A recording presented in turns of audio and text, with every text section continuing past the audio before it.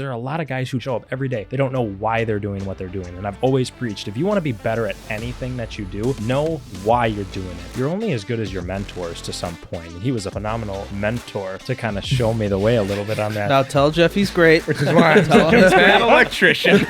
We just did a generator. Generators are big ticket items. This is a whole home, so probably anywhere between 15 and 20 grand for Your people mom's to a do. generator. Welcome back, Joyce. Thank you. Oh my gosh. I think that religion is a fantastic thing for a lot of people. I think that it's something that they can lean on and turn to for guidance or for hope in times of despair. I think that it is something that can help provide a lot of structure to people's life. And I think that people who are true and follow the scriptures, typically they live really good lives. There are some people who feel like they need that relationship with God or they want to seek that relationship with God. If there is a higher power, I know that I'm not the top. A couple drinks in at a wedding, he thought hiring me on would be a good idea. Oh boy. Yep. And now here we are on a podcast.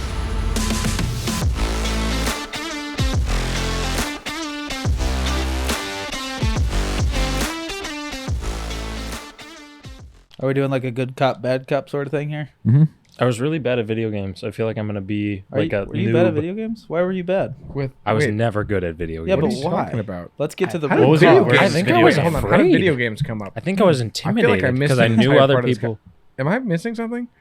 But How did video games come up? I don't know, but here we are. Well, just because we were talking about bumping the mic, and it made me feel like, you guys are all seasoned in this atmosphere. It reminded me of video games a little bit. I was never good at video games. What was your worst video game? Oh, I was never good at Black Ops. Everything. I was terrible. Really? I was so bad. You really yeah. like zombies, though. Yeah, because they're zombies. Like, right. but like when you get put in a position where you got some kid who's 13 and living off of Right. Jack's Pizza and like cursing at his mom, he's probably going to beat me. Code Red. Yeah. Oh yeah, Cold Red Mountain Dew. Yeah, Dude, don't even tempt me. Don't say Code I Red. know. Because I'm going to want to go to the gas station and buy 100 of them. they're so and good. stay up all night and just drink I them. was terrible at any kind of sports video game. Yeah, Madden. Same. Terrible. Me Ma- too. I was so My bad at brothers Madden. loved sports. And Same. I was like, dude, give me a first-person shooter. Exactly. I can't. Yep. What are you guys doing? You're passing a fake ball? No, thank you. I want to just go in there with like a Right. Call of Duty character. Yeah, And just just shoot everyone. We horrible. played Madden back in the day. Yep. Yeah, but we sucked. Yeah, I mean, we Wes- weren't good. No, Wes was pretty good. No, We did the training You were camp. better, you were better than us, though. not really. No, Yeah. that was not good. I always wanted to be good because Tim was good, my brother. wanted to be good. I could never beat him, so I was like, I'll stick to the guns. Stick to the guns. Did you play sports growing up? What sports did you play? Soccer. Oh, that's right. Oh, Yeah. What position? I don't really know like anything about soccer. It's like the one Defense. sport. Usually left bench. Left bench. That's good. Nope. I would have been right there with you, dude. I'm not a sports guy, so I didn't get it right away. He's like, oh, nice. Oh, that's a good position. Great position. I was a defender. Have you shot into the Let's goal go. a couple Me times? too. I was almost always right back. Sometimes I played center, but or goalie. A couple was- times I was backup goalie. Yeah. I was a decent goalie. If I would have started with playing goalie and stuck with it, I would have been pretty good. It was a weird crossover for like martial arts and like actual sports. He's doing, like, spinning backflips, roundhouse uh, as Yeah, you grab the ball. I feel like the reflex Doing a is triple really sock helped with, out. just like blocking the ball. It's like, no, you can't kick them in the throat. But I went a gray more so like area. defending the goal, not just like punching anyone who came up. I don't know. Just like beating the crap out of these kids. Just, Do you think it actually helped though? I think so. Yeah, perhaps. I think so. You don't do that anymore, though. Martial arts? No. What'd you do? What did I do? Yeah, like what martial I arts? killed someone. Def, did you play any sports? I played soccer. I played Let's go, basketball, baby. but I was so bad. I had like 6 points in the entire season. And one of them, That's massive. I banked a 3. Let's go. So let me just paint the picture for you. This was when I was 8th grade. I was like little dude. Like I was like maybe 110 pounds, Okay. like 5'5". And at that point, there were kids who were already like 6 feet tall. So like I had no shot. So I just got out. I was like, it was one of those things where you have to be real with yourself at Yes. some point. I Yes, you think do. a lot of people are a little delusional as far as how far they think they're going to get. It's like, come on, dude. You're Yeah. not. You're it's not 5'11" happening. in white. Like, let's be honest. Yeah, I wasn't Picture's not 5'11". I don't. Yeah. I feel like the thumbnail for this video should just be a picture of young Jeff because it's crazy how he used Really? to look. It's wild. Yeah, I If don't you know if send you me a did. picture, I can throw up in the video. Which I say young Jeff. Jeff. He's 22. Okay, like he is young. No, but you're right. I actually just ran into somebody from high school at Quick Trip today. Ew. How was that? Was it awkward? No, she's super nice. Okay. But it was one of those things where you always are like hesitant because I recognize people. I feel like I'm really good at recognizing people, you know? Like I feel like I'm very aware of that. But I always wonder if people are going to like know who I was, because I was kind of a loser too, a little bit. Like not a lot Jeff, of you're people not a knew me. loser. Not anymore. Take it back I right don't now. think. No, I was. Did you get bullied in high school? I did, and honestly, Really? it was one of my. Oh. it Oh was, no. no, it was great. It's good It motivation. was great, absolutely. Okay. I look at all of the people who picked on me, and I think that. What's so funny? You just gotta ignore them, dude. I got completely bullied irrelevant. for being I was literally super small. God, I'm laughing at his double pants. I just realized that he's wearing it's hot. 95 degrees outside. Milo's got 2 pairs of pants Yeah, on. dude. You I never was know in the what's gonna gym. happen to the first pair. Exactly. Think about if you It's would have extra spilled protection. wearing tacos. Wearing tacos? Jeff knows what. Spilled what I'm wearing talking about. tacos. Now you see why he got bullied. It all makes sense. Yeah. No, but I don't think that like brutal bullying is a good thing. I say bullying's a good thing kind of jokingly, but Yeah. I do think that there's a lot of great character development that can come from getting picked on. From being verbally and physically abused as Yeah. a child. Yeah. Yeah. From your peers. From your peers. Yeah, not Yeah. yeah. Well, I'm sorry to hear that. Don't be. I don't know why you'd be sorry. Like I said, I honestly, so being picked on for being my size definitely pushed me to get in the gym. I'm not in the gym anymore as much as it was a That's not true. I really. saw you the other day. I know, but it's not the same. Like James, James will tell you. Like we used to train together actually. Yeah. Yeah. Really frequently for a good span of time, handful of months for sure at Me and least. Jeff used to be friends. Okay. Yeah. Now we're not. Oh, makes sense. It's hard to sit next to this guy even right now. I did. I'm gonna have say you it. looking Yeah. like Joey over there. What do you mean? Well, let's get into it really quick. I'm gonna give you a new haircut.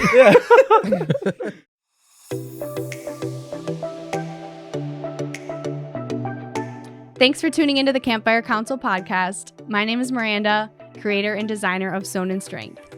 I am passionate about witness and evangelism. There is nothing more important than knowing Christ our Lord and Savior and making him known, the Great Commission. I aim to inspire Christians to confidently and effectively wear and share their faith. Go check out sownandstrength.com or Sown in Strength on Instagram. You can see all the current offerings of clothing and accessories, as well as blog posts that will encourage you in your walk with Christ. Don't forget to use code CAMPFIRE in all caps for 20% off. Now let's get back to the episode. Welcome back to another episode of the Campfire Council podcast.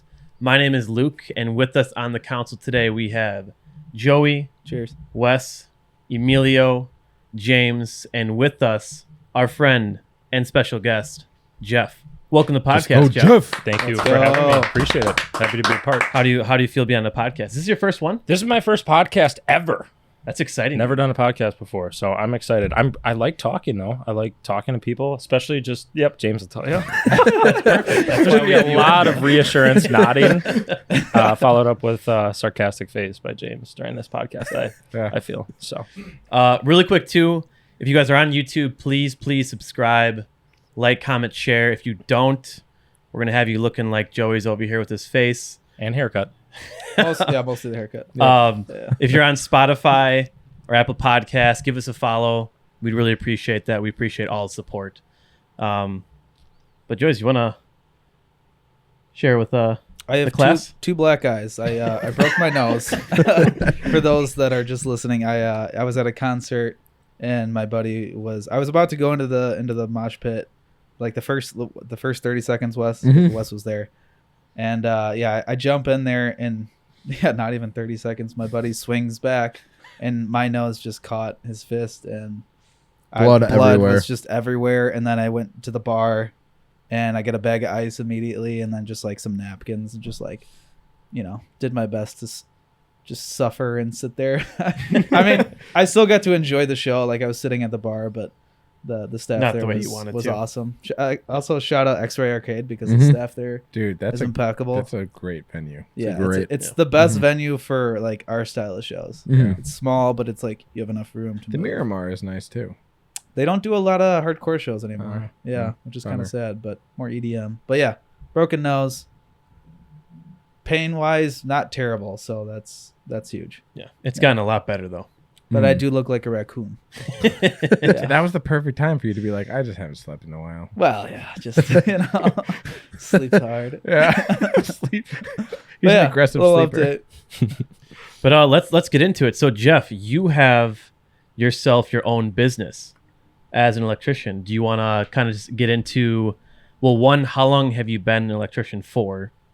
We'll start off with that. Sure. So I'm about 5 years into Okay. my electrical journey, but to give you a little backstory, my family had a heat and air business. So ever really? since like I turned 14, it was the summer between freshman and sophomore year of high school. I was pretty much I say on the hook, but not really. I wanted to go to work, right? Mhm.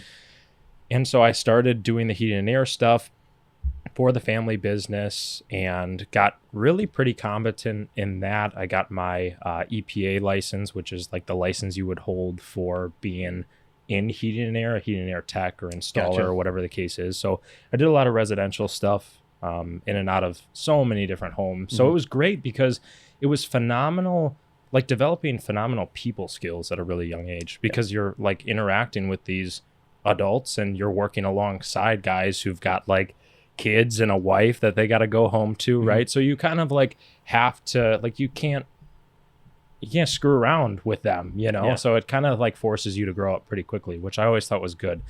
But I didn't want to do the heating and air. I felt that you could do an amazing job on a heating and air install and you're at mercy to the equipment. And as like anything, vehicles, equipment, whatever, everything's getting so advanced, but the way I look at it is there's just more stuff to go wrong, right? So you're on the hook then as the tech. You could do a fantastic job on an installation. We had a furnace that we had put in, and I remember this. We put it in, we were done by noon or so. We were going through, cleaning up, setting it up, running it, making sure everything was good. Ended up being a lemon furnace, spent like 3 hours troubleshooting the thing, all that just to replace it. What we just spent all that day replacing, I was like, I'm That's done. annoying. This is so stupid. So electrical's great.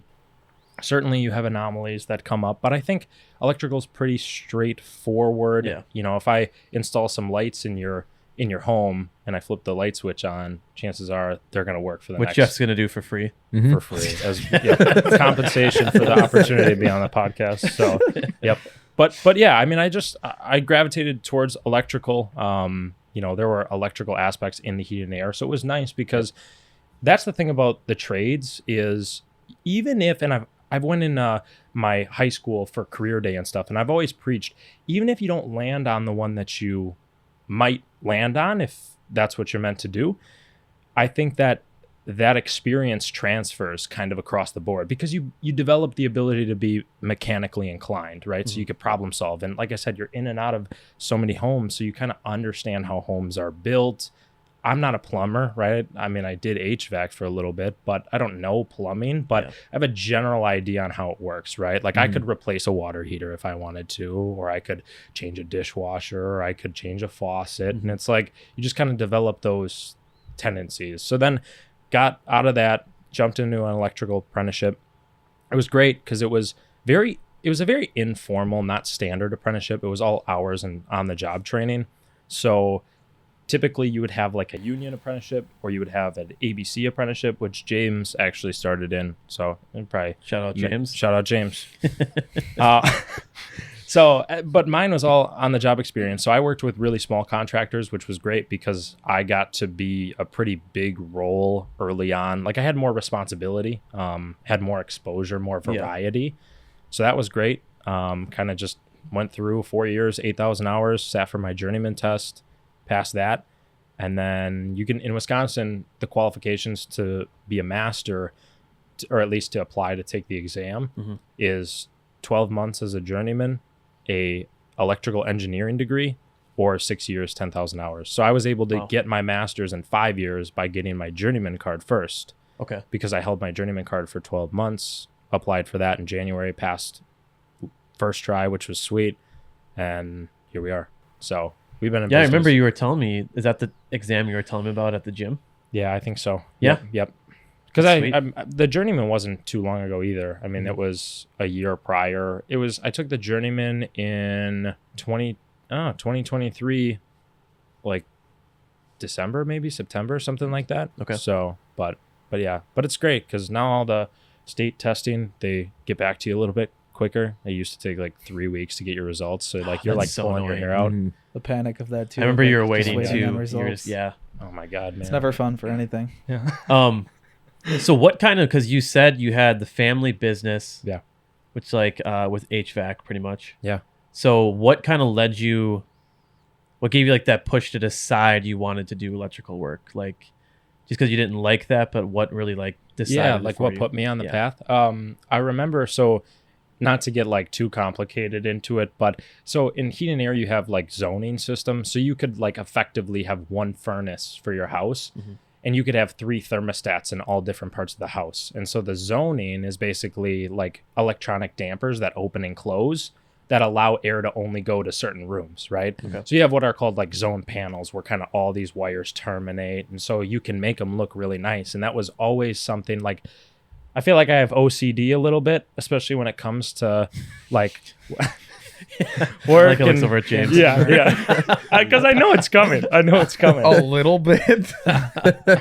James says that we should be trusted electric and house cleaning. Yeah. But hey, I'll take that. I'd Yeah, rather right. be that guy, right? Exactly. But yeah, so I remember wiring up zoning, HVAC zone controls and equipment, and just finding that itch, and that was it. And I think that when I start something and something new comes into my life, I have this tendency to kind of like hyper fixate and like obsess over it, right? Okay. So like just to like, which is good and bad, right? Because what I've noticed is that other things kind of fall by the side, and it takes me a little bit of time to learn how to incorporate that new thing into my existing life, right? So that, but it's good because I think that you can progress really quickly when you are so like tunnel vision, obsessed about something, hyper fixated on it. I think that that's beneficial, you know? Absolutely. So then what made you, so I'm assuming you started your business first, you didn't work for any other company, or did you work for another company first before starting your business? yeah, I worked for 3. So through my apprenticeship to acquire my journeyman license, I worked for 3 different contractors. One was just one other guy, which was good and bad.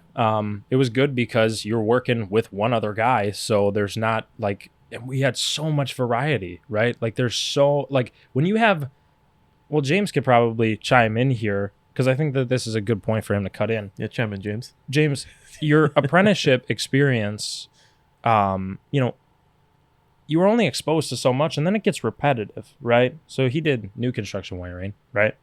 Also, for all the listeners, James does work for Jeff and with Jeff. Yes. So that's pretty sweet. Yes. Correct. Continue. Sorry.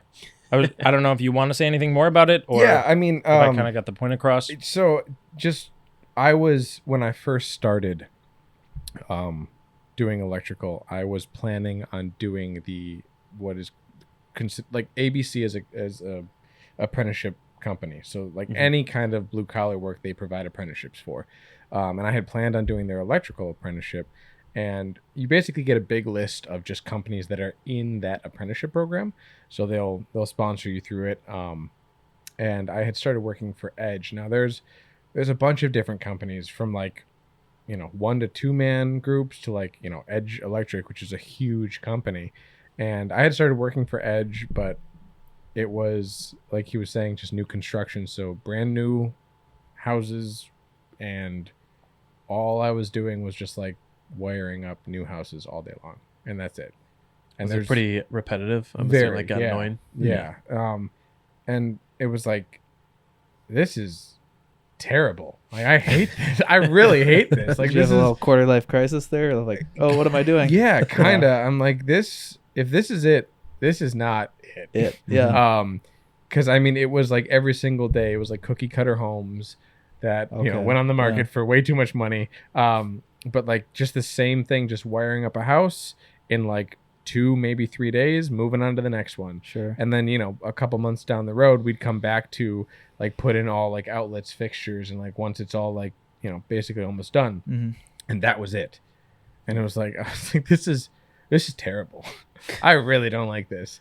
And that's when Jeff, So how'd you guys meet then? Like, how The did you gym. guys make this? Okay, so that The was gym, the yep. connection. Always comes back to the gym. yep. And so Jeff knew that you were in electric, or you? No, this is Other way pre around. that. So we Okay. met at the gym, but how did he? So actually, a couple of drinks in at a wedding of ours. Ah, so Aiden. now we're getting into it. Yep, All right, all right. yep. So Aiden and Yeah. Grace's Shout out wedding. Aiden. Shout out It was Aiden. that was a fun wedding. Awesome. What would you call? It's not the reception. What's the part afterwards? What's the reception? That's the reception. Yeah. I thought the first part. No, in the church. ceremony is the first part. Ah, okay, the ceremony. You I should should know know this. this. Look at stuff. her I got about to wedding. be married. Actually, if you're watching this, I'm still new to this. So we got our wedding planning meeting on Sunday. So Let's go. Nice. Congratulations Congratulations, again dude. on that. That's Thank super you. exciting. Thank That is you. awesome. Yep. So I think we're gonna do a destination wedding. Ooh. So, Dang. but That'd be we'll see. sick. I'm getting all But the anyways, details lined up. Sorry. Yeah. We met at the gym. Yep. And then, I knew him for a couple, maybe like a year or two. And then it was actually because of him and Aiden, because, Aiden's also an electrician. Because I had been thinking about doing a job change for a while, and I was talking to them. Jeff actually let me like shadow him on a job, and I was like, this seems pretty cool. Everyone's got electrical, so Yeah. let me give it a shot. And I started that apprenticeship program, and then a couple drinks in at a wedding, he thought hiring me on would be a good idea. Oh boy. Yep.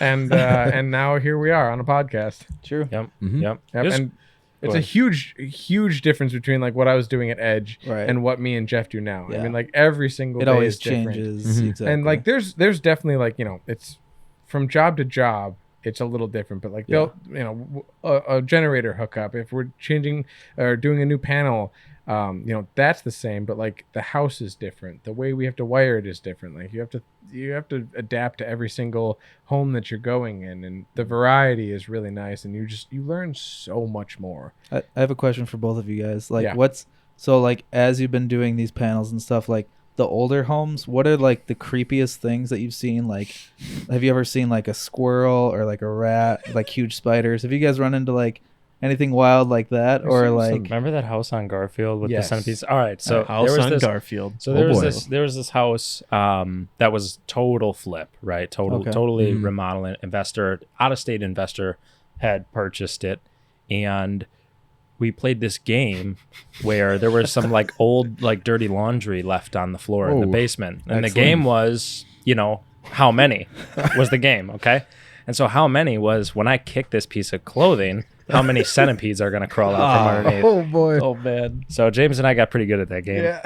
The magic Also- number I think was 5 typically. Yeah. Yep. I said how much to put those pants on. There was also a really, really big spider in that basement where I'd like catch the centipedes and throw it in the web and Right. like feed. That was cool. Jeez. Like a Shelob kind The of. perks Yeah. of being hourly, I tell you. Even though Jeff was the one like recording. And that's Yeah. that's what's so great about your guys' is like Instagram, at least, like as someone that knows nothing like about an electrician job, like just seeing your guys, like it's fun to see it because it's one I don't know anything about, and it's kind of cool to learn small things that you guys make it like palatable. Yeah.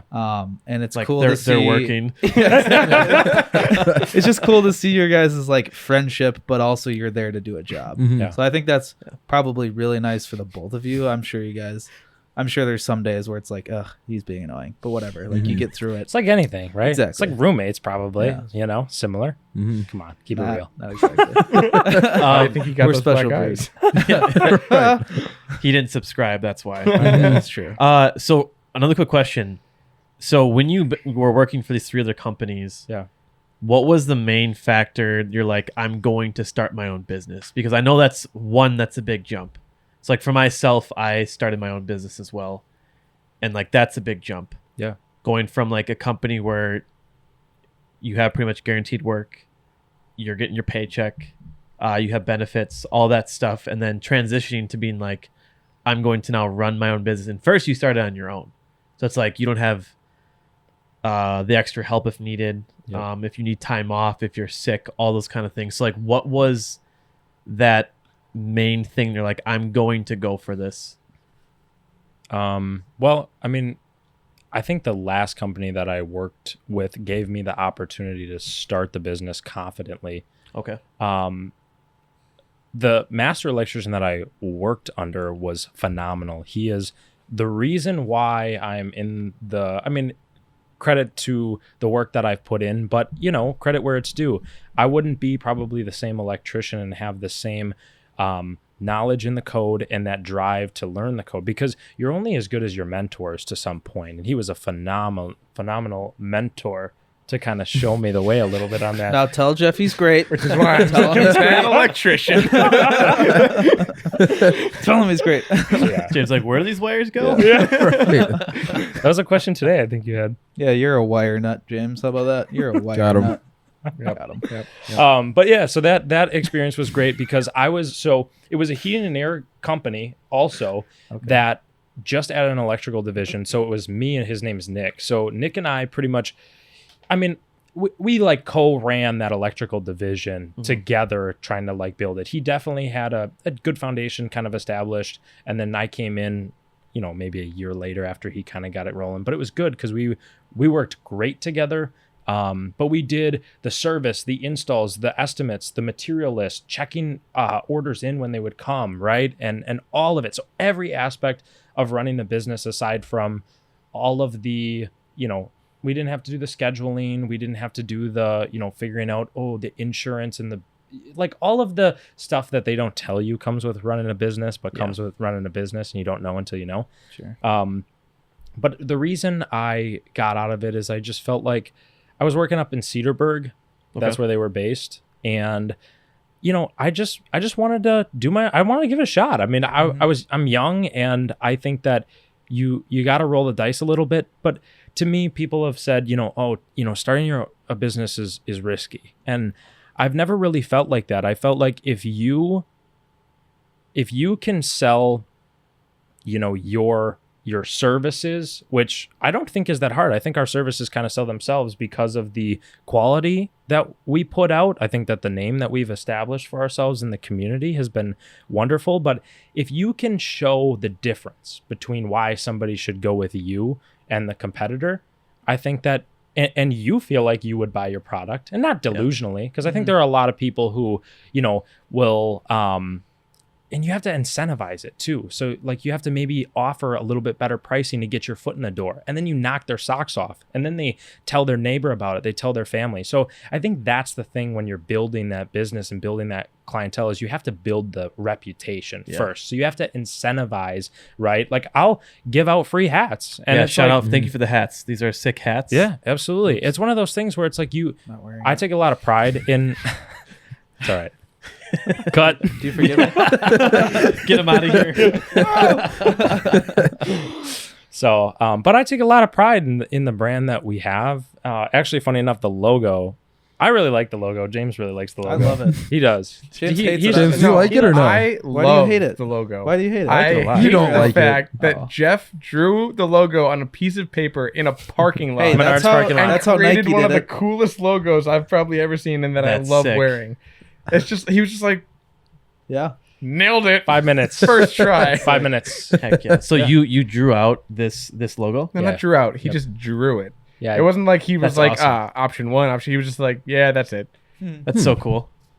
I mean, it's simple. He knows what he wants. Yeah. What? It doesn't have to be complicated. I think people overcomplicate their brands though too, because you want it to be, that's part of the name, right? So people can get so creative with their name. I wanted something that if somebody said it verbally, they wouldn't have to question how it's spelled, right? That's a big thing, True. right? If it's a last name, like Yep. people might, like if it was Kult Electric, like how many different ways could you spell that, right? And then people go to type it in Google and it's like, okay, what if You it search a doesn't? bunch of cults. Yeah, exactly. That's probably not going to work out No too idea well, what you you're know. going for. But people try to get, I think, too creative with their branding. I think that sometimes simpler is better. Ways like if I say it over the phone, right? I want to make sure that people can understand it easily. So I think that was huge. That was really my, like, I was thinking about a lot of those things rather than I didn't have like, okay, if I run a business when I grow up, it's going to be this name. Like I was just kind of like, Just what's on a the name fly that kind of thinking. exactly, you know, like think about it in practice rather than just thinking about it like, you know, the only thing I would change is I wouldn't change Not anything. hiring James. I wouldn't. No. I was going to say about the logo. Initially, I was worried about how it would look on the hats and on the vans because Looks it sick. is like a taller logo, but I just had the lady who like made all the files just like make the ratio different. So that was cool. I like it. Yeah, it's cool. I wouldn't normally wear a lot of like different brands, but this I'll wear 100%. Same. Yeah, for sure. There's I'm no not big on obligation. name brand or like stuff, but this it's such I'm not wearing the hat, but it's such a cool logo. Like on a shirt, on a hat, the colors, like the way that it's very like aesthetically pleasing. And I'm like, gosh dang it. The I vans like look this. cool. The vans the look new great, ones. Yeah. Yeah. Yep. Your van looks fine. It's a little dirty.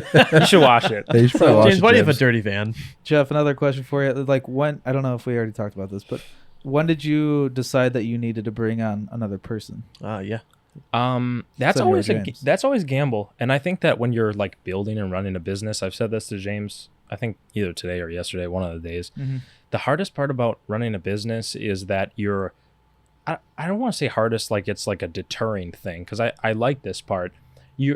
As you build a business, you're always building, so it's always new territory, right? So it's navigating like, okay, it's time to bring on another person. And so for me, it was one of those things where there are some projects, a good amount of projects, that are two-man jobs. You can be an electrical contractor and you can do jobs by yourself, but having that extra person there most of the time is really, really helpful. And then there are some jobs where you just flat out need it, right? If we're doing a electrical service on a home and we got to kill power for the day, I can't do that by myself. It would take me too long, right? And then we would have to come back the next day, and we're not going to leave somebody without power overnight. You know, they're going to go with the other contractor who can get it done in a day, you know? So I think that it was great where James was at. So James was about 8 months maybe into your ABC apprenticeship. And I thought that was perfect because I wanted somebody that I could still, you know, kind of like mold good habits into and instill good habits into, but had like, he wasn't so green that like I was going to show him like what a wire nut was and he'd be like, What is that? wow. James every Pops it day. in my mouth. He's like, Starts chewing on it. These don't taste very good. it's like the Elf movie where he pops the Yes. cotton balls into his mouth. He's just sitting in the corner eating them. James, stop eating the wire nuts. No, but it was good. It was a perfect entry point. And honestly, I think that I've always said I can't teach character, but I can teach anybody electrical. And James, as you guys know, is phenomenal. Phenomenal person, I will say. So thank you, Shout out James. James. Shout out James. Oh, I'm very grateful to have James. I know James doesn't really take compliments. Well, he kind of gets. doesn't. Yeah, he he turtles just up. doesn't. Yeah, he does. I get so uncomfortable. Yeah. But it's good. Yeah, no, it's good. But anyways, to answer your question, I think you just get to a point where you're like, I need another guy. Like I need another set of hands here. And then it's that learning how to incorporate them. So actually my younger brother, Ryan, is going to be starting with us here cool. probably within the Nice. month or so. Nice. And so that's who that new van is for. And, you know, it's going to be new territory. It's going to be, how do we incorporate him in to the mix that me and James already have, right? So it's going to be a little bit of a learning curve, but I've always said too that I don't like, we just moved into a shop, which was an awesome step for us too. Nice. So not that we like desperately, I'd say we needed it. It was time. It was time to do it. Yeah. Could we get by without a shop? Sure. And not have that expense? Absolutely. But I'd rather make less money and have a better running business than be frazzled and like just be like keeping all this money. Because the way to grow the business is to reinvest and to invest in things that are going to help it run more efficiently. Because once you get the efficiency down, that's how you scale. But if you're like trying to run this out of a notebook from your, you know, from your kitchen table, it's not gonna last very long, right? And if it does, you're gonna be miserable. So I feel like it's better practice to just kind of invest in the things. I think there are a lot of companies that have a lot of waste, right? Like a lot of wasteful spending. So we're mindful of that, but invest in the things that you need. But anyways, I know I kind of go on a tangent a little bit there, but I think you just kind of know. You just make a jump. You're like, Yeah. it's not irrational decision making. I think it's just like, all right, let's do it. Let's not think about it. Let's just do it, and then Yeah. we'll figure it out. You know. So Sweet. So do you have, going off of that, like hiring your younger brother now in Yep. like a month or so, what are kind of like, do you have any other plans with your business coming up? Are you kind of like just rolling with the punches like you said, or do you have like bigger plans down the road with it? you know, as far as where I see the business going, because it sounds like maybe that's kind of what you're getting at. Yeah. Like, what's my ideal goal for the business?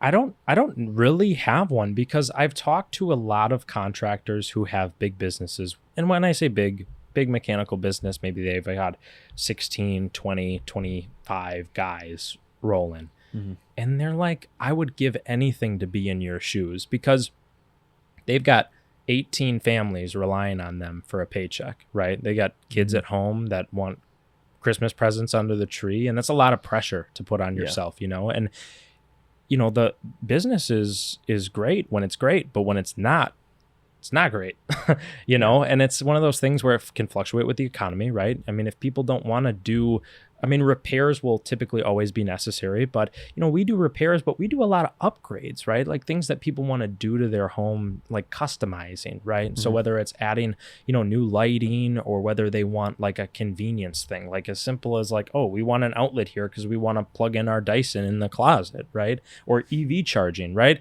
What if that goes away? You just eliminate a huge chunk of the market. So I don't worry about that stuff, but I would worry about that stuff if I had so many guys running. And then you have more overhead. Think about all those vans that you got to put insurance on. Think about all the bills of, you know, that the workers' comp insurance, the everything, right? It just continues to compound. So I think that where I sit right now, if I could get maybe 2 more guys really, really solid rolling in vans, maybe we had 4 or 5 vans on the road, I think that would be great, you know, because I think that quality control then is easier when you have a smaller, tighter crew. And I have on my website that the growth of our business will never come at the cost of our core values. I will never sell out just to have a bigger business, right? Like we will always, because the foundation is the most important part, and you have to build up, you know, the same way that you built the foundation, right? You can't just like start doing this, you know, it's going to fall over.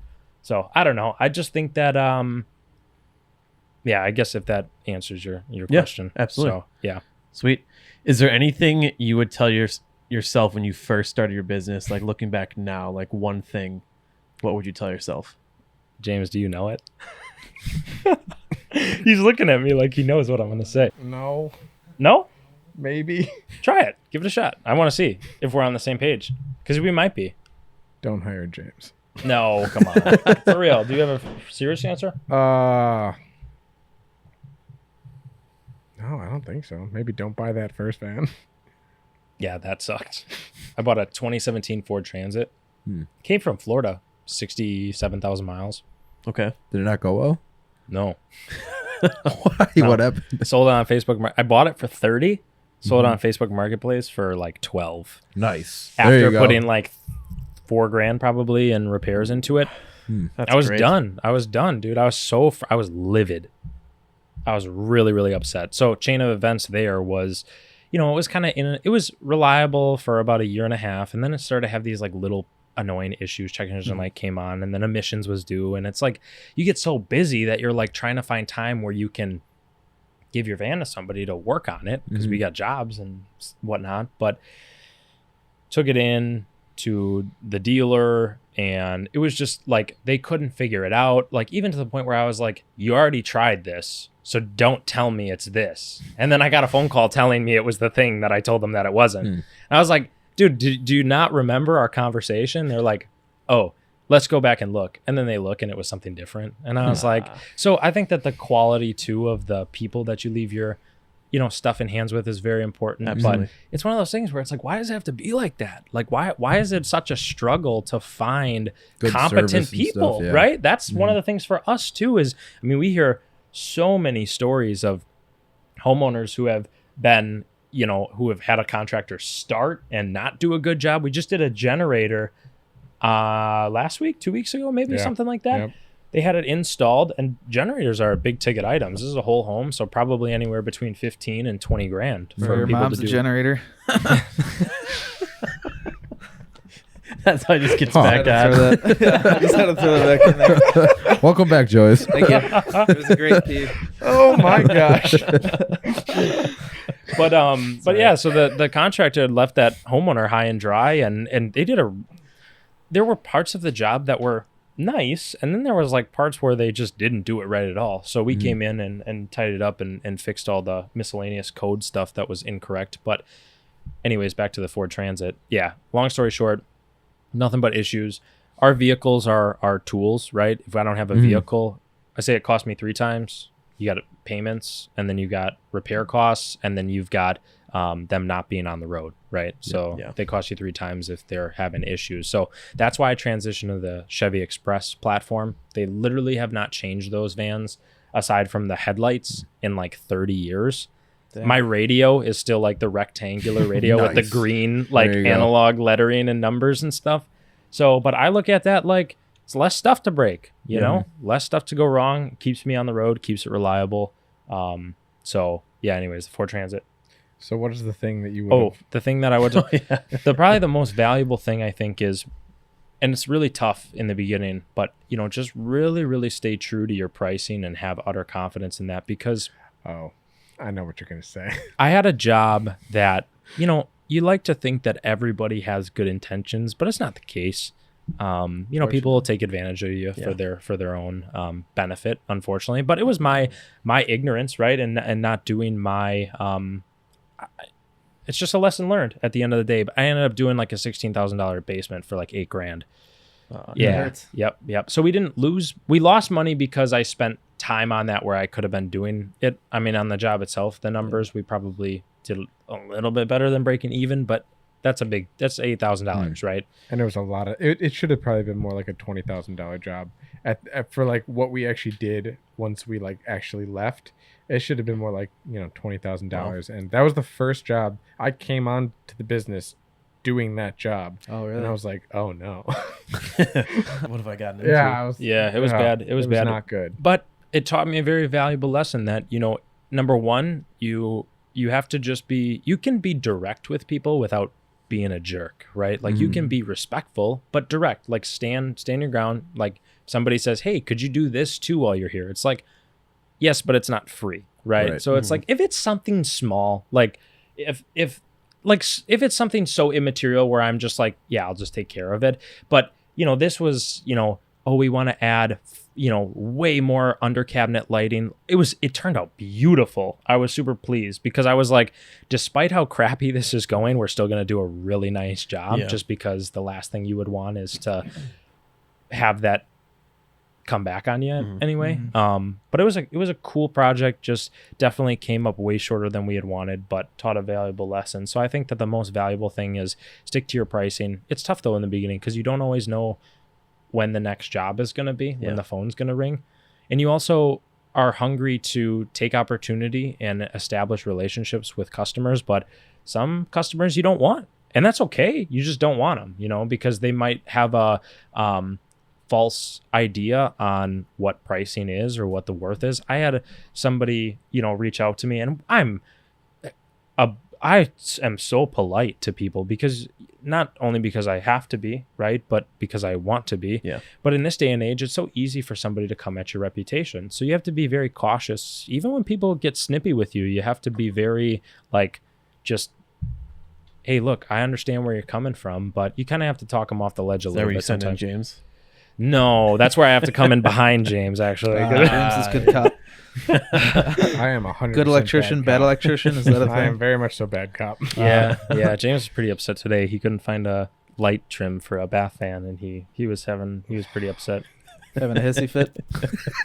I was like, dude, it's Hissy not fit, that but big of a deal. Send him in man. timeout in the van. Huh? Right. You Go have to sit send in him the in fan. timeout in the van. Yeah, 5 minutes. Exactly. Yep, exactly. I got one for you guys. So you guys have probably been in more houses than all of us combined. So if you were buying a new house, looking at houses, what are the things that you guys look for? Probably just focusing on like electrical, but like maybe just in general. Funny that you say. So Ash and I walked through 4 houses yesterday because we're considering buying a home, And I talked with Luke a little bit about this before. So, I mean, it's one of those things where you never know what the right decision is. And if only you had a crystal ball to kind of predict what the future was. But I like to keep my options open just so I know what's out there. When I walk through a home and I'm looking, my biggest thing is people will say, oh, you know, old homes have character. What does that mean? I've never heard that. You've never heard that? I don't think so. No. Okay. So if you walk, no. So if you walk through like homes, early 1900s, right? 1920s, 1930s, the craftsmanship really is beautiful, right? It's not the same as the cookie cutter homes that they build today. Yep. So in that sense, they have character, right? Like Gotcha. they just have like more, they're more unique, maybe is a better way to put it. To me, that's nothing but dollars that I'm going to have to pay to fix stuff, right? That's how I look at it. We walked through a home yesterday in Sussex. It was a late 1990s build, poured wall foundation. So typically you'll have, these are probably the most two common that you would run into. You'd have a cinder block wall basement, right? And then you have more modern is poured wall. So the walls are solid concrete. So when you walk into a home, I don't know if you've ever walked into a home and you felt the floors a little uneven. I don't know if you've ever felt that before, but sometimes what happens is that foundation starts to move. You can get step cracks or you can get, you know, cracks across and it starts to move. So, and the foundation is the most important part, right? So that's just more expenses, more things to look out for. Obviously, you know, in most cases, I would say the house we walked through yesterday was like my ideal home. Something that is maybe it was the original owners, 27 years. They were snowbirds. They meticulously cared for the home. They did everything they need to, but they didn't really touch anything. If you see a workbench in the basement, because the guy who's 60, 70, 80 likes to do everything himself, run, because there's probably stuff you're going to have to come behind and fix there. You know, I think the other thing too is, you know, looking to see if things, and we probably have a better eye for it, but I can walk through a home and I can see if something was updated or remodeled. You can tell by the craftsmanship on the surface what it looks like behind the walls. And the thing is they don't show you what's behind the walls when you buy the home, and when you live in it, then you start to understand once those repairs start to surface. So I think the most valuable thing is pick something that's, I would say, 80s, 90s, and newer. Ideally, I would say if you are going to go into 60s, 70s, you're okay as well. Just make sure the foundation walls are good. I think that the BX, so there are a couple different like stages of wiring in homes. I think the electrical panel condition is important too. If it's all rusty and corroded on the exterior, I think you would love ours. Ours looks horrible. Is that right? Yeah, you should look at it after the pod. We'll go downstairs. I'll give you enough value. I'll give you a quote. Don't even quote it. Just look at it. Just do it. Yeah, just for free. It's good practice, What right? do you look for electrically, though? Okay. Yeah. So electrically, I would say if your home 1900 to about 1920, there's chances that you might have knob and tube wiring. So knob and tube wiring is a ungrounded system that is still recognized by the National Electric Code. So it's not a code violation to have it, but homeowners insurance companies will not insure you with knob and tube present. Typically that'll come up on a home inspection. So if you buy a home, we do quotes all the time for homes that are being sold and bought over on the east side, Shorewood, Whitefish Bay, Glendale, that kind of area. I mean, even down to Cudahy, Racine. Knob and tube really could be anywhere. Tosa, a lot of knob and tube homes in Tosa. You know, that's a huge expense. So something that is either to be negotiated at the sale of the home, just something to be mindful of. Again, character comes with character. As you get out of the, 30s, 40s, there's still 30s and 40s lingering knob and tube, but they started to transition to what's called BX cable, which is a spiraled armored cable where that system is grounded, but it's a metal sleeve. And so they use that metal sleeve as the equipment ground path. So that's good. But the problem is it's cloth BX. So the insulation is this really now typically a really brittle rubber. So if you touch it, disturb it, you want to change light fixtures in a home, it's so much more of a headache because as soon as you start touching those wires, the insulation crumbles. And if you have bare wires in a box, that's going to be problematic. Yeah. So then once you get into like out of the, I would say 50s, you kind of stop with the cloth BX and you go to rubber BX, rubber insulation, much better. I honestly don't mind BX. The only problems I've seen with BX is when DIYers tried to like do stuff themselves and they put plastic boxes in. You have to use metal boxes with BX cable because so the continuity of the equipment ground path, that cable, if you land, like let's say you have one BX cable come into a plastic box and then you have another one come in, that continuity or the connection of the ground is interrupted because it's plastic. Plastic's an insulator. So that box has to be metal. So I've seen that before too, where then everything down the line, we had one troubleshoot right off of 94. Tell me about it, It was James. a rough day for James, let's just say. But it's okay. It's a learning experience. So whatever. Yeah. We don't have Pause, to get pause into real quick. Why does it need to be grounded? Like, what is the advantage of having a grounded system? Yeah, so in a nutshell, having a grounded system, having a ground fault path gives current or electricity, if it's ever present in a place where it's not supposed to be. So let's take a washing machine, for example. Your washing machine is typically metal, the enclosure, right? If you had an ungrounded system, and let's say a wire happened to break off in the enclosure or something like that, it's happened before, that entire casing could become energized, right? So we make sure that fault current, right, or that electricity where we don't want it to be has a path safely back to the source, and then it will trip a circuit breaker. So that's the importance of a equipment grounding conductor and grounding an electrical system. It's really for personnel safety and making sure that if it's ever in somewhere it's not supposed to be. I got a good story about that actually. So Is it your door frame one? yes, dude. Yeah. Should I just do it right now? Go for it. Yeah. All right, so Talking about it. this was probably my greatest troubleshoot of all time. I went out. The lady says she had a service door out the back of her garage into her backyard. And she said, every time after it rains or, it's really humid, I open the door. And if I'm barefoot on the concrete, I get shocked. I got shocked so bad it tripped the breaker one time. She got lit up. I was like, oh my goodness, I'm so sorry to hear that. So anyway, sure enough, the first thing I do is we have these like non-contact voltage testers. It's like a dummy stick is what we call it. You like put it to something and it'll like beep red. And that's how you know that there's... Or you have like James running current across in there just to there. test. Yeah. Get out there, James. James, actually, I was working at a company at this time. And so I just took my boot on the door, and luckily it had like poured rain that morning. So it was perfect condition to like re-simulate the thing. So I take my boot and I just kind of open the door frame slowly with my tick tester on the door handle. And all of a sudden I get to this point and it just starts beeping red. And I was like, no shit. Like, okay, what's going on? So the door handle was like a brass and the door was wood. It was wooden door, right? Typically you would think wood insulator, right? Yeah. The paint on the door was really like the door needed to be painted. So basically moisture was getting into the wood. What I ended up finding, and I kid you not, I found this in literally less than 5 minutes. So the door had metal hinges. They screwed a screw through the door hinge into the framing, because you can screw a door just into the door jamb, but there's usually like studs on the inside of the wall, and they'll anchor a couple longer screws just to make sure the door is real solid. And so they anchored a screw right into a wire in the wall. So basically what was happening is that wire was the metal screw was carrying voltage to the hinge plate in the door.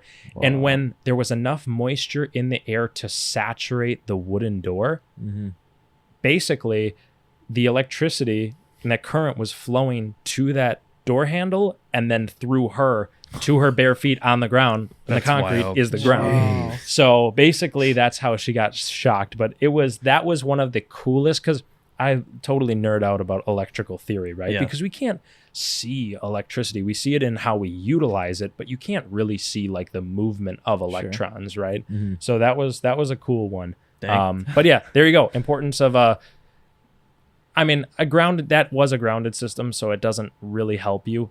I should say importance of installing wires where you're supposed to install them, because they actually installed it between the door jamb and the framing, which is you're not supposed to do that probably for this exact reason. You also don't put a screw to the wire. Well, in their Figure out defense, where they you put probably screws. didn't know. Yeah, no that's kidding. true. So, but yeah, anyway, so that's the importance of a ground system. So anyways, so then you get into 60s, 70s. That's a good era. You get the rubber insulated BX as long as it's not tampered with.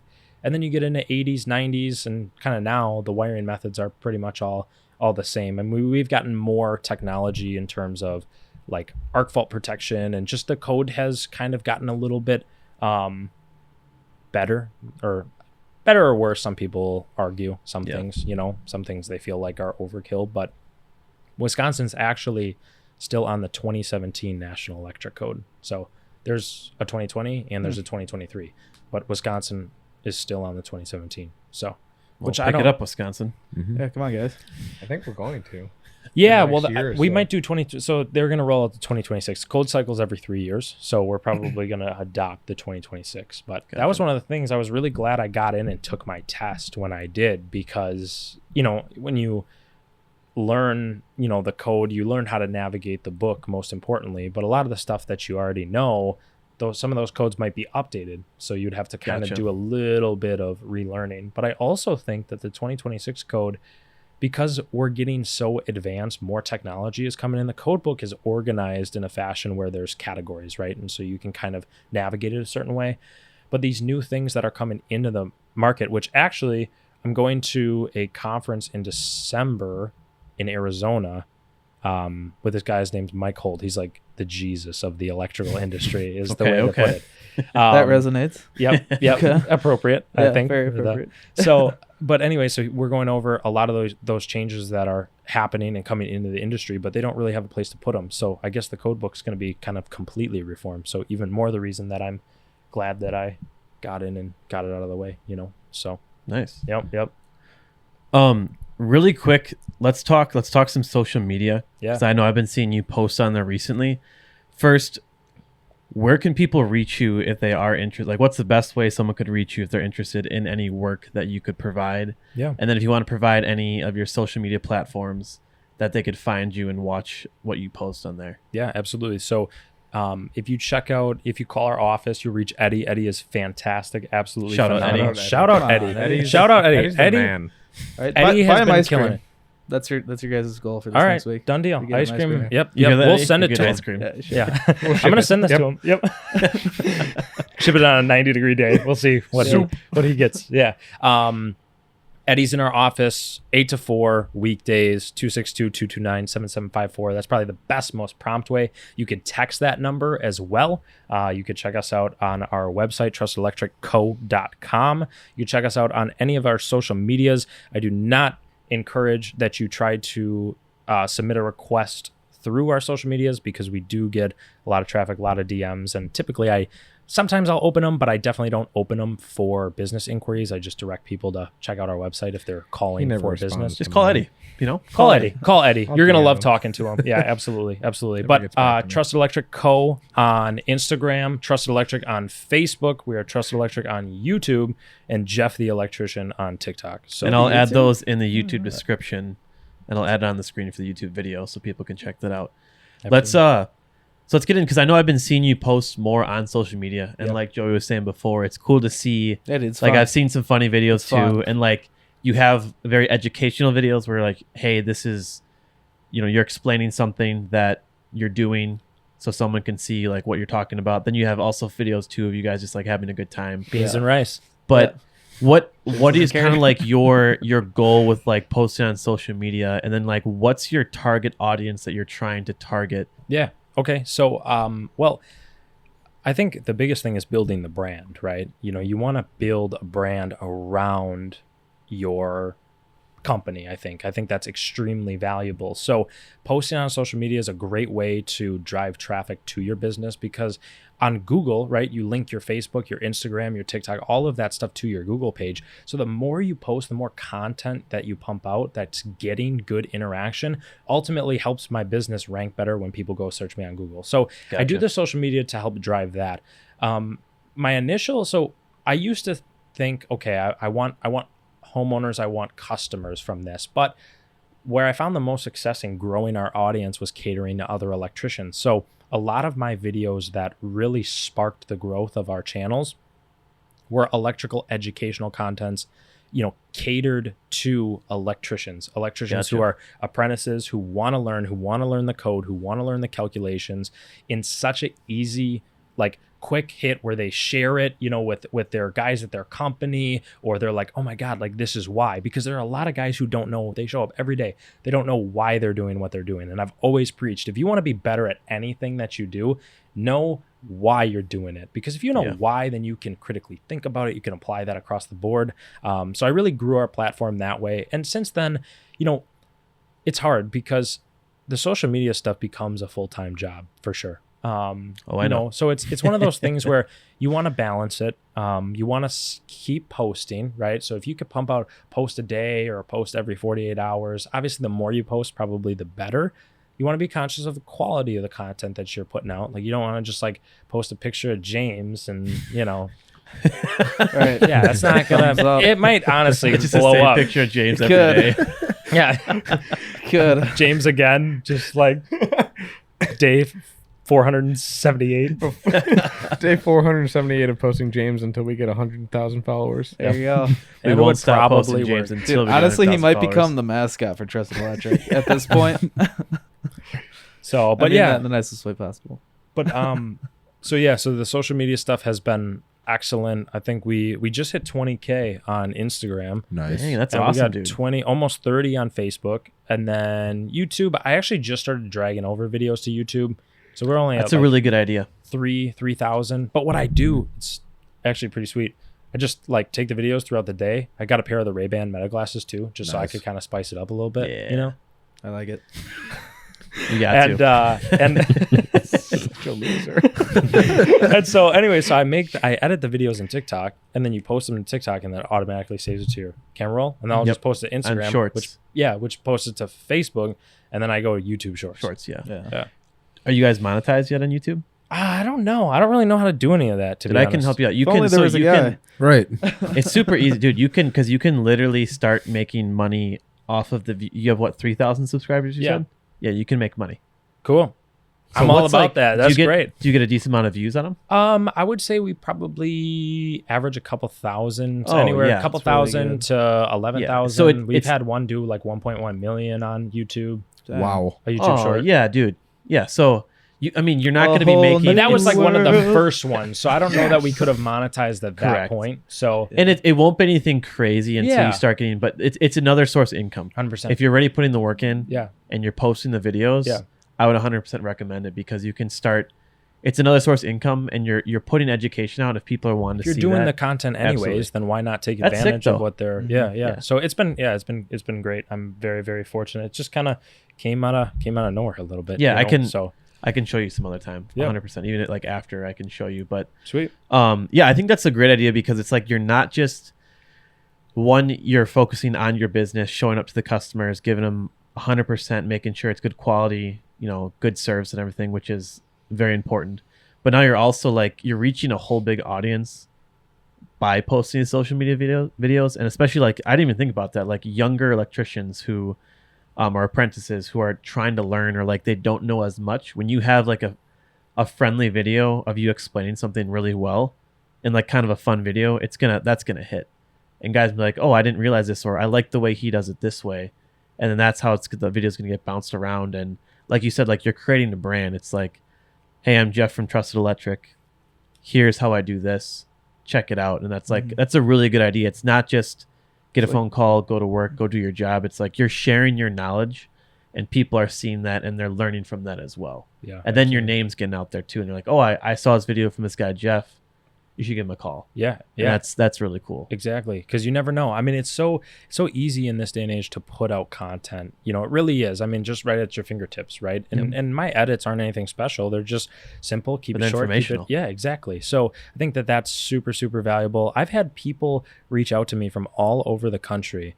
Like I've got like developed relationships with people like on the Dang. West Coast, right? That are like, I mean, Mike Holt called me. It was the coolest thing. And this is somebody who like I have his stack of books in my That's awesome. at That's my pretty cool. desk, right? And it's like he called me. He's like, "Hey, dude, here's my number. If you need anything, just give me a call." And that was like, it was the doors that it's opened have been really, really cool. Also, I've had people reach out to me and say, "I will fly to you if I can come work for you for a week. Like, can I just come work with you That's like for awesome. free?" That's insane. Have you ever thought about running like like week long or like weekend like training. I don't know what you call it, like seminars or camps or like things where you kind of like have hands on, where you like train younger apprentices. You know, maybe at some point, but right now my main focus is continuing to grow the business because it takes a lot of time and a lot of effort. And I think that if you put yourself in too many different places, then something suffers, right? Or all of them. Like I would rather, you know, put 110% into the business and prioritize that. And then maybe once that gets to a point where it's more established, and as I get a little bit older and I feel like, okay, maybe I don't want to wear the tool belt as much. Yeah. Then maybe it becomes, hey, I want to start continuing to teach maybe more in person, holding local stuff. But even locally, like guys will like come up and introduce themselves to me at the supply house. I was at Cops with my family getting ice cream, and like some dude was like famous. He was man like, over there. I was like, well, no, but it's just That's Jeff? It's great. Yeah, dude. Trust yeah. Electric? Yeah, but everybody is like, you know, I really love your videos, and I feel like they teach me so much. Whatever, dude. That's just getting bigger and bigger. No, that's sick, dude. It's That's true, though, that's but it's really great. cool. Yeah. I have don't buddies mean of mine that. that I used to work with that will like I'll talk to them and they'll say like, you know, my test is coming up and I'm literally studying by watching Jeff's videos on like, you know, calculations and stuff, and I'm like, that's great. I work with him and I'm never gonna let him know that information. No, but I don't like. I try to be humble and not, because I mean it's cool, but I try not to be like it's just cool, you know. I mean it's, but I don't feel like I'm like above anybody. It's cool to have a community. Yeah, and, like, 100%. to have like the group of people that are all in the same. And I'm still mindset. learning. I actually started making the videos and making the content while I was studying for my master exam, because I'm definitely somebody who learns through teaching, because when you're teaching people, it forces you to be accountable and making sure that you're giving them the correct information. So it's kind of like you have to cross your T's and dot your I's extra, right? Just to make sure that the information you're putting out, and social media will just go after you. I will say, But any replies is, what was it? Any bad publicity is still good. It's still publicity. Yeah. Yeah. You're still getting the views and the comments. That's good. 100%. Yeah. But it's so funny. Like all the guys who like, or all the guys, gals, I don't know. I don't read the comments anymore just because whatever. Like, I wouldn't wire it like that, or I yeah. Okay. Then Yeah, don't. well, I don't know don't, what to tell you. Like, There's always gonna be some What hate was the ones. most recent one that like someone said, what did you post? And they just, it was the like, oh, what was it? what It's was probably the somebody post? called like James1234 posting some hate. Wow, you idiot. The guy with the beard's really handsome. You look like a loser. But no, it's just like the most random comments of like people will Interesting. nitpick anything. What They'll- was it? This is going to drive me nuts. It was Yeah. a more recent post. What was the video that you posted? I don't know. I don't remember. I don't know. I mean, I'm sure you could pull it up, but No. to answer your question, I think that like teaching is, or like holding seminars or giving like a demonstration is more in Jeff's future than I think he thinks, because I like these, like for example, he's going to that thing in December, but Jeff is very well spoken.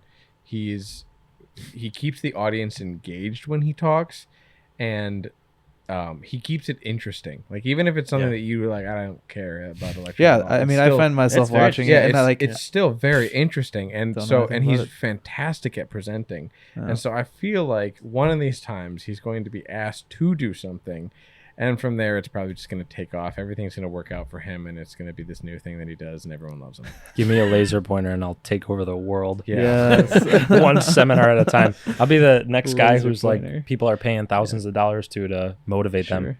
That's sick, though. I think it's one thing to have the skill to take the test, to learn, to have the field work, to be able to do a job well. But if you have that skill and ability to teach others, is a whole nother realm that goes a really long way. Because yeah, maybe you can do it yourself, but when you hire on more guys, do you have the ability to teach them well enough so that they can learn the way that you learned? Yeah. And it's like, if you don't have someone who can do that, you're not going to be able to share the knowledge, and the company's not going to be able to expand with the way you wanted to, with that good quality. It's a leapfrog technique. Yeah. So that's sick. And I think you definitely might have some possibilities down the road with that. Yeah, So yeah. I'm excited to see that happen. My thing is that, in bringing Ryan on, I feel like we've done a really good job building James into a exponentially better electrician than he was in a pretty short period of time. He actually, July 29th, 1 year with Trusted Electric. Nice, So, dude. Yep. Happy 1 year. Nice. Nice, Jim. So I think that being able to build, one guy into a position where he can then help teach the next guy, and I think that it's great that like 8-month number, whether it's 8 months, 10 months, whatever, getting somebody who's early enough in their career where you can like mold those habits. Because if you've got a guy who's been doing it for 30 years, he's probably a little stuck in his ways, and he's definitely not taking any direction from a 22-year-old, right? No matter if it's correct or incorrect or whatever, right? So I look at it like I've always had that opinion too, and I've always respected people who have been respective of my opinion. I don't care if it's your first day on the job. If you show up and you got a great idea, let's do it. I don't have any problem with that. Like I said before, I don't think that I am above anybody. I mean, anybody is able to have a good idea when it comes to whatever it may be. That's good leadership right there. Yeah, absolutely. And you got to put opportunity in front of your guys too. That's extremely important. I think there are a lot of companies that restrict opportunity, or they he's just roping houses like the same model homes over the same prints. It's like, okay, I put an outlet on this wall on 3 different lots in 3 different homes, and I don't even need to look at the prints anymore. That would get extremely boring. And I think that that's even a deterrent for a lot of people. It gives them a false representation of what it's actually like to be a real electrician, and that might offend some people saying real electrician, but I'm offended. Oh, whatever. Be offended. Yeah. All right. But I think that it's one of those things where it's like, if you can, that's why I wish, like, if I had so much, like if I had the ability to just like give all these people opportunity, like to teach them and do it, I would, but I'm only one guy too, And you'll get there. Yeah, in 100%. time. I hope that's one of the things that I do hope is that as we grow and we get those, 5 solid guys running, like studs is what I want studs, like you got to be a stud. Stud. James is a developing It's got to stud. be, gotta be James quality, or we don't want it. He's a pre-stud. Let's take a quick transition here before we start to wrap it up. So that's throw it back to, so we met at the gym. Was it like 2 years ago? Yep. Maybe Something like that. Yeah. So it's like, one, it's been cool just to get to know you better. Yeah. I know that we were at a wedding together. That was fun. And just like one scene, like when you were telling me about your like exam, like taking your test, and then like, I took it and you're waiting for the results. And you said that you passed, and just like how excited you were, and then hiring on James and everything, and like seeing the development, now hiring your brother, like that's super cool. But so we met at the gym, and I remember you stopped by a couple times from men's Bible study. I kind of wanted to ask, it doesn't have to be like super long, but just like, what were your thoughts on just like being here, like with the Bible study and like all that? Yeah. So, I mean, I've always, I really enjoyed it. I really did. I think that I still remember what we talked about. We talked about pride. Yeah, we did. So that definitely stuck. I remember the video we watched. It was a great video. I sat right over there. Yeah, yes, we did. Nice. It was excellent. I remember we got McDonald's afterwards. That was a great part too. Of course, Rode in the Rode in the back of the truck. Yep. Yeah, we did. So Yeah. so I remember. It was great. And I think that, I mean, if you want, I'm happy to get into like my view on religion. I think that I was not raised any particular way, right? Like I wasn't raised in the church, never went to church. I think that my view as it is now, and I keep a very open mind, I try to, I think that religion is a fantastic thing for a lot of people. I think that it's something that they can lean on and turn to for guidance or for hope in times of despair. I think that it is something that can help provide a lot of structure to people's life. And I think that people who are true and follow to, the scriptures and in the text, I think that typically they live really good lives, I would say. I think it's a good, like if you follow the steps, right? I mean, I don't know if that's a poor way to say it, but I guess getting the message across that I think that there are some people who feel like they, need that relationship with God or they want to seek that relationship with God. I actually have this tattoo. This is the first tattoo that I got on my arm. What is it? It's a eagle wing. But the reason I got it, actually, the meaning behind it is because I wasn't, raised to believe anything in specific. But I do think that if there is a higher power, I know that I'm not the top, right? I'll respect to if there is a higher power. I've had times where I felt subconscious guidance in my life, and I felt that something was watching over me, even as simple as I'm riding my motorcycle and I'm like, just get this oddball feeling to like hit the brakes and a deer runs out in front of me, you know? So just things like that, where you just get this like subconscious guidance, And I think that I've had a really awesome life thus far. Really, I'm very, very grateful. I mean, I've had my family is absolutely wonderful. My fiance is absolutely wonderful. I'm so extremely grateful to have her, the success that we've had in the business and in my career thus far. I only hope to continue that. What the future holds as far as how my faith will develop and if it will develop, I guess remains unknown. Like I said, I try to keep an open mind as much as possible, and I will never discard anybody's opinion if they find value in something. I think there are some people who maybe have polarizing opinions, like, oh, I would never, practice religion, right? Or people who practice religion are delusional. I'm not saying that's how I feel. I'm saying that I'm sure people feel that way. But I think that if somebody finds value in something and it makes them a better person, or they feel like it aids their life, power to them.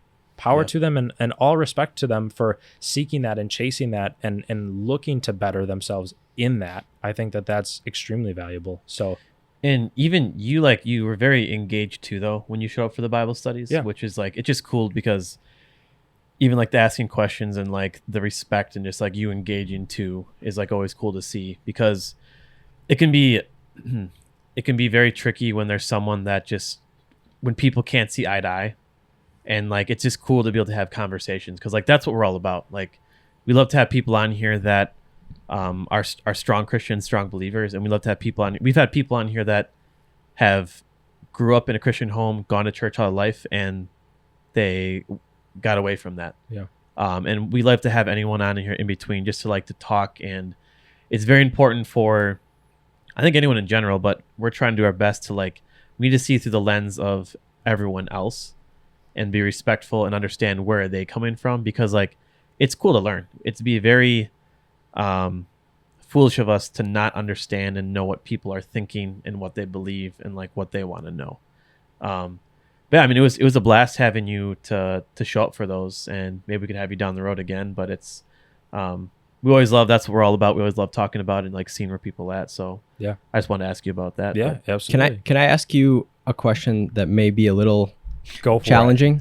Just here for it. I don't know. I don't know if I got much brain cells left. So James, so you're 22. Yeah. I would say you're very successful. Thank you. Yeah. You're doing great. Like the business you've started, you're doing great in life. At this point in your life, what do you think life is about? Wow. All right. Yeah. That's a good one. Yeah. What is life about? As far as the success that I've had in the business and, wanting to start the business, they've been kind of why did I want to start the business? I felt a certain way in that moment, and then I started it. And now I'm glad I did, looking back, but it was never I thought so far in advance. So getting to this point now, I think my current outlook on life and what I want is, I've always said that I want to make sure that I create a career and I create a life that is going to be, I want a family, I want kids and my soon to be wife.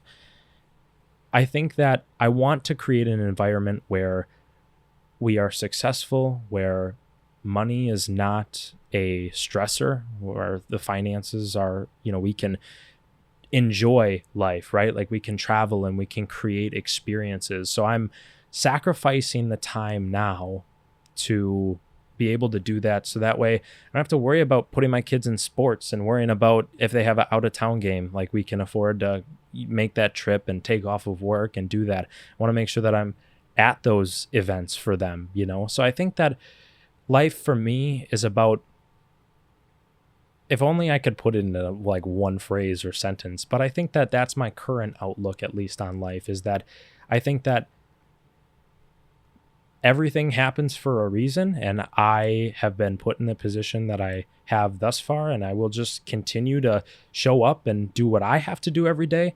Whatever life throws at me and whatever obstacles come up are out of my control. The only thing that I can do is keep a level head through all of it as much as possible, and I'll just end up where I end up, and that's it. And whatever that may be, I'm not sure, but as of right now, that's kind of the things that I see in the future, and kind of why I am working towards what I'm working towards, and why I'm putting in the work that I am right now, is to hopefully set up for a less stressful future.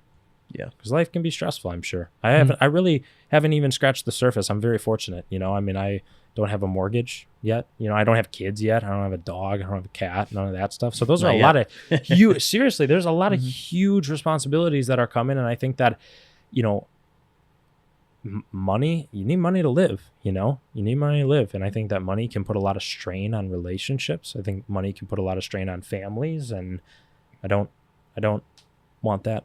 Don't want that to happen. Why do you think we're here though? What do you mean? Why do you think we're like humans people? exist, and why do we work so hard? Why are you working so hard to build this business and provide a life for your family? Like, what's the ultimate reason for it, do you think? Well, because I'm here and I want to maximize the time that I'm here on this earth. Why? So, because I only got so much time. So why would I? It's kind of like, why would you want to sit in an apartment that's, you know, 84 degrees when you could sit in an apartment that's 60 degrees?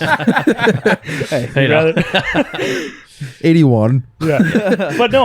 But in all honesty, I think that because I don't know what's next, right? I don't think anybody really knows what's next, right? No. So if it's nothing for eternity, then I'm here. I'm present now, you know? So I guess I don't know if it's ignorant to say, but I don't really care about that. You know, I don't know that I care about the purpose on why humans are here. I'm here now, and I'm going to just do what I've been doing and just keep doing it, and we'll see what happens, and so be it. You know, that's kind of, I don't know if that's a good answer or a bad answer, or it's your answer. Yeah. It's fine. And I didn't mean, I'm not trying to attack you in any way. No, I'm just I trying don't to pick feel your that brain way. and see how you think about things right now. Yeah. Milo As of likes right the now. deep picture questions. Yes. I think, Give me another one. I think Jeff finds a lot of purpose in trying to be the best version of himself, as well as build the best life, not just for him, but like he said, for his future family. Yeah. And then, you know, to provide that for the next generations to come. And that's currently where, and correct me if I'm wrong, but that's kind of what you're building here. And that's what he finds. That's why you, I guess, believe that, like, you know, that you're here to do that, to build. Sure. Yeah. In a nutshell, in summary, And I think. in your response, you said something. You said everything happens for a reason. Yeah. If we're just atoms and molecules, right? And This is the engineer. if that's all we are Yeah. at a deep level, I don't think that that's true, that everything happens for a reason. If the universe was not created for a purpose, if there was no design plan behind it, Sure. I don't think it's true that everything happens for a reason. I think it's all pointless. So I use that phrase very as kind of reassurance, just to know that if like, for example, we put an offer in on a house and we didn't get the house, and we were bummed, but I look at it now and I'm glad it didn't happen. And so I look at things through the everything happens for a reason, not to say that. And if there is some sort of like plan that's subconscious or whatever, then maybe that's true. But I just look at it like, I try not to dwell if things don't go the right way in the moment. I try to be optimistic about it, because sometimes you don't know. You thought they went the wrong way, but they went the right way. You know what I mean? Mm-hmm. So I think that's kind of the way that I use that phrase. And if it is, you know, something tied as far as I'm assuming that you're getting at the relation to like religion and the structure of religion, or are you just asking? I'm just trying to figure out what you think about reality. Yeah. Like what is the state of reality that we live in? So like, if I don't think you're an atheist. Sure. I think like a strong atheist or materialist would say it's not true that everything happens for a reason, that there isn't some sort of plan or meaning to my existence. Maybe I create the meaning for myself, but it's kind of like it's my own made up meaning for my life. But I don't think that that's where you're coming from. Sure. I think that at a deep level, you're already assuming that there is some sort of purpose. Sure. And I would say, this is my belief. Yeah. The Bible is about that purpose. The Bible is about, it's the word that the Creator has given us about the reason why he created the universe and why he created us. And so I would just challenge you with that. Yeah, that's fair. That's very fair. Absolutely. Yeah. Sweet. I mean, it's like I said, it was a blast to have you show up to the Bible studies, and I appreciate and I respect your hard work that you put in for your business and like building the life that you have. Thank you. Especially at your age. Like that's really cool. I mean, we were doing some stupid stuff at 22. Like I don't know. Like, Still doing it. but still doing it. Yeah. Joey's out here. I think also to go back to like what Jeff was saying in the beginning, Jeff vastly underexplained just what it takes to start a business and also pass your journeyman's. Those tests have like a below 30% pass rate, and Nice. he did them both on the first try.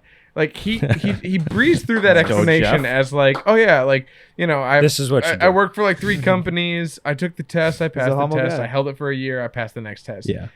It's like there's a 5-year apprenticeship just to take the first test, and most people don't pass that. Like it's Just do it, dude. Yeah. Just what do we Just what? do it. like I told you. Just believe, dude. Most of his explanations for what I'm doing during the day is like, just do it. Like do that's it. all you do. But it's Well, what did you say to me the other day? You said to me the other day, you said 8 months ago, a year ago, James, I used to always say, just do it. And now he was like, yeah, I'm just going to do it.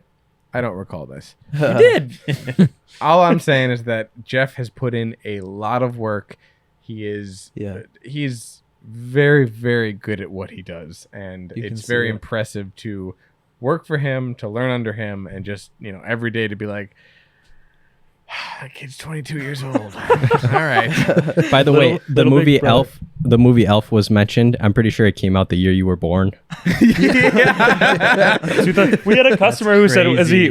asked me if I was born in the 80s or the 90s. Yeah. Oh, I was at a BNI. 80s? A BNI group. It's the mustache, dude. Yeah. Maybe. There's a customer who was like, what are you, like 30? And I'm like, well, you're not going to believe Wait, this. the BNI group. So I went to a business networking thing just to visit in Oconomowoc, and the lady said to me, she's like, "You're below 40. You're below 40, yeah." And I was like, I looked at Eddie because Eddie was there. I was like, "Yep." It's like cut it in half, basically. Gosh, every time.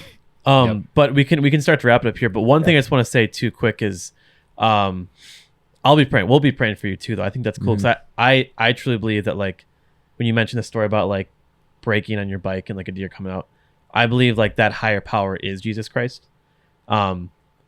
And I pray that like one day he'll be able to like reveal that to you, like through whether it's like through scripture or conversation, stuff like that too. But if I want to encourage you too, like try asking God to reveal himself in some kind of way too. And keep working at your business, keep building your life that you have. And I pray that one day like you'll be able to see that in that viewpoint too. But yeah. So thank you so much, Jeff, for joining us. We really appreciate it. Absolutely. I enjoyed learning all that, what you do, how you started your business. Yeah. Guys, go follow him on Instagram, TikTok, Facebook, YouTube. Give Eddie a call. Give Eddie a You call. guys live 262-229-7754. right there. Jeff, do you have any final thoughts that you'd like to leave the listeners with today? Well, thanks for having me. You are most I welcome. would say Yeah, dude. that if you are considering jumping into the trades, this goes out to, I mean, you could be 30 and just hate your career and you want to start, just give it a shot because it's experience. It's not wasted. You get paid to learn.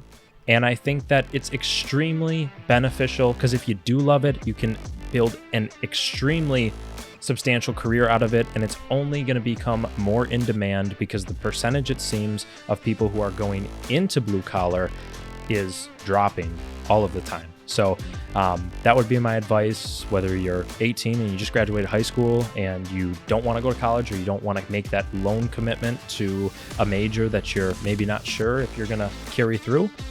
I would say give it a shot. Give blue collar a shot. Awesome. Well, you guys heard it. As always, remember to, well, first, God bless you. Have an amazing day. Thank you for watching us. And as always, remember to like, comment, and subscribe, and share. This is the Campfire Council Podcast. Boys.